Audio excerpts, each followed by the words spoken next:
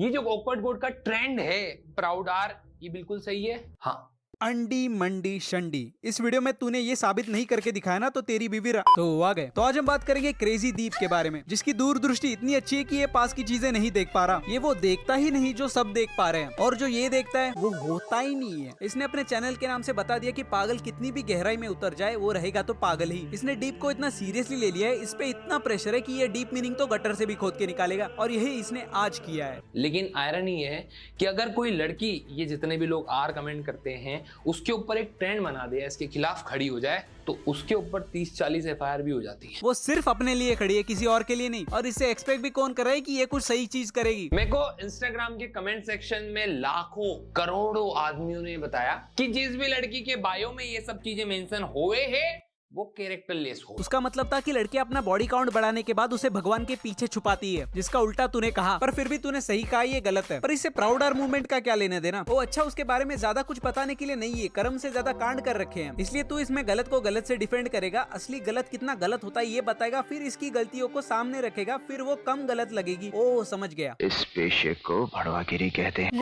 Supremacy. क्या awkward गोट बहुत सारी वीडियो बिल्कुल बकवास बनाती है? हाँ। क्या ऑकवर्ड गोट क्रिएटर के नाम पे धब्बा है क्योंकि वो यूट्यूबर्स को फेक कॉपीराइट स्ट्राइक देती है?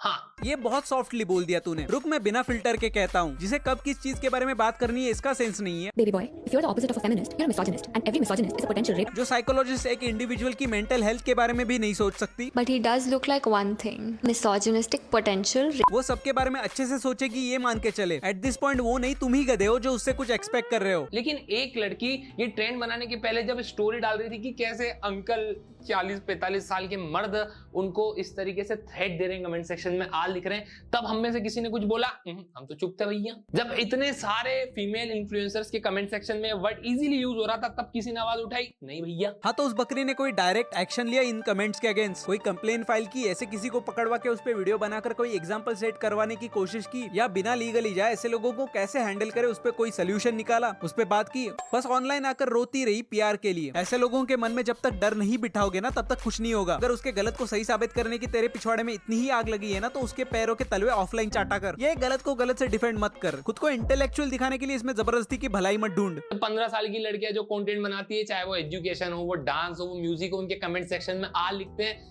तब किसी ने एफआईआर करी या ऑब्जेक्शन उठाया? नहीं भैया। लेकिन एक लड़की 15 साल की हो सकता है भाई कि वो कंटेंट बनाती है, उसके कमेंट सेक्शन में ढेरों मर्द या उसके रियल लाइफ में उसके स्कूल के टीचर, उसके पेरेंट्स उसको आर बोलते हो। तू जरा पागल वागल है क्या? इस बार एक्सपायरी डेट वाला गांजा फूका था? मतलब क्या ये सब चाइल्ड वर्बल अब्यूज में आता है? गाली को एक्सेप्ट करके नॉर्मलाइज करो, जबकि वो क्राइम है जिसकी पुलिस के पास कंप्लेन कर सकते हो। इस चीज की अवेयरनेस फैलाना तो तेरी प्यारी बकरी एज ए फेमिनिस्ट आराम से कर सकती है, पर नहीं, उसको तो अपना रेट जानना था। अब ऑकवर्ड गोट की बात के साथ एग्री करके उसने बायो में लिख दिया, तो नहीं भैया, तो गलत इन्फ्लुएंस है यार। इस बात की क्या गारंटी है कि खुद के बारे में प्राउड आर लिखने से उन्हें ऐसे कमेंट भर भर के नहीं मिलेंगे? क्योंकि उन्होंने ये एक्सेप्ट कर लिया तो उन्हें इससे भी बुरे कमेंट आएंगे। गालियों की कमी नहीं है इस देश में। अब सोचो उस 15 साल की बच्ची पे क्या बीतेगी। इसका क्या, इसे तो अपनी हरकतों की वजह से हर रोज गालियां खाने की आदत है, वही उसका धंधा है। उन छोटी बच्चियों का क्या, अपने बायो में लिखने के बाद तो उनकी कंप्लेन भी कोई नहीं सुनेगा। अगर कोई उन्हें इससे सिमिलर गालियां भी दे तो हर कोई इतना सहनशील नहीं है कि उस गाली की इंटेंसिटी कम होने तक उसे बार बार सुनता रहे। और इसने तो अभी इन बच्चियों को उनके रडार पे लाके खड़ा कर दिया है। मतलब मैं मानता हूँ कि ये लोग गलत हो, लेकिन ये एग्जीक्यूशन बेकार है। हाँ, सिर्फ थोड़ा सा बेकार ही तो है, इससे क्या ही फर्क पड़ेगा? सीरियसली, अगर तुम इतना बड़ा जिम्मा ले रहे हो तो कुछ ना कुछ तो एग्जीक्यूट करते, कुछ तो एज लिमिट क्राइटेरिया रखते। लेकिन वो तो दूर की बात है, मैडम तो बच्चियों को खुलेआम प्रमोट कर रही है। मैं ओपिनियन दूं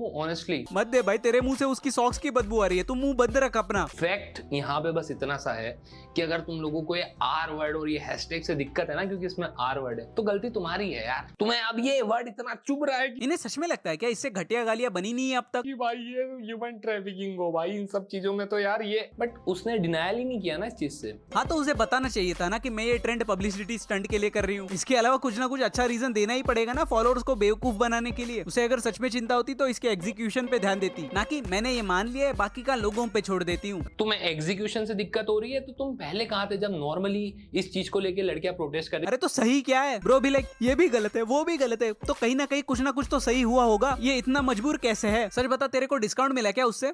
एक मिनट, अगर तुम लोगों को नहीं पता कि इस हैशटैग का भी क्या हो रहा है, इसका पॉजिटिव इंपैक्ट क्या पड़ा है तो मैं बता देता हूँ। मेरी रील पे कुछ लड़के आई थी जो मेटा को टैग कर रही है, ग्रुप बना के इधर उधर जा रही है, बहुत सारी वीडियोस बना रही है। इसके हिसाब से एक मैसेज सब तक पहुंचा तो सब सही हो गया। तो इन्हें ट्रेंड्स आते हैं और चले जाते हैं। जिस देश में सोशल मीडिया आउटरीच के बाद भी ग्रेपिस्ट छूट जाते हैं, वहाँ इन्हें लग रहा है कि इस पे बात करने से लोग अपने आप सुधर जाएंगे। जिन्हें तुम ब्लेम कर रहे हो उनके ही सुधरने की उम्मीद कर रहे हो। इतनी सारी लड़कियां बोल रही है कि नहीं यार ये बहुत कॉमन हो गया है, ज्यादा हो गया है, अब हम इस तरीके से प्रोटेस्ट करते हैं। बट एटलीस्ट अब इस टॉपिक के बारे में बात हो रही है। सिर्फ इस पे बात करके कोई फायदा नहीं है। जब तक ऐसे क्रिमिनल्स के पिछवाड़े में अंगारे नहीं सुलगेंगे तब तक ये नहीं रुकेंगे। किसी को कोई फर्क नहीं पड़ेगा, कोई नहीं डरेगा। लड़कियों को ऐसे लोगों को कैसे निपटाना है ये सिखाओ, खुद के लिए लड़ना सिखाओ, रोना नहीं। वरना जिसके 3 लाख फॉलोअर्स है उसकी कहीं बात किसी तक फैल के कुछ लोग बात ना करे, ये तुझे इम्पॉसिबल लगता है? कि आर वर्ड को इंस्टाग्राम से बैन कर दो, और जो कि हो जाना चाहिए, क्योंकि ऐसे बहुत सारे कीवर्ड्स हैं जो ऑलरेडी इस प्लेटफॉर्म के ऊपर बैन है। वर्ड बैन करना है, उसे नॉर्मलाइज करके उसकी पावर खत्म करनी है। स्क्रिप्ट लिखने से पहले उससे पूछ लेता, फिर भी वो अच्छी है या बुरी ये बात साइड में रखो। उसकी हरकतों के आउटकम पे ध्यान दो। वो इसमें सिर्फ खुद इन्वॉल्व नहीं हो रही है, इसमें सबको घसीट रही है। ऐसी सिचुएशन में सबसे घटिया आउटकम ना मिले इसका ध्यान रखना होता है। प्लान बैकफायर करे तो उसे संभालने के लिए प्लान बी भी तैयार होना चाहिए। और इसकी बातों से ही समझ आ रहा है कि इसने खुद कभी इसके बारे में नहीं सोचा। उस गाली का असर तुम्हारे लिए खत्म हो जाएगा, लेकिन जो गाली दे रहा है उसके लिए नहीं। वो तब तक गाली देगा जब तक उसे ये पता ना चले कि इस गाली का सामने वाले पे असर हो ही नहीं रहा। और ये शायद उसे कभी भी ना पता चले, क्योंकि वो जिन लोगों को भी ये गालियां देगा वो सारे सेम दिमाग के नहीं होंगे। कोई ना कोई तो ऑफेंड होगा ही, और ये लूप चलते रहेगा। बट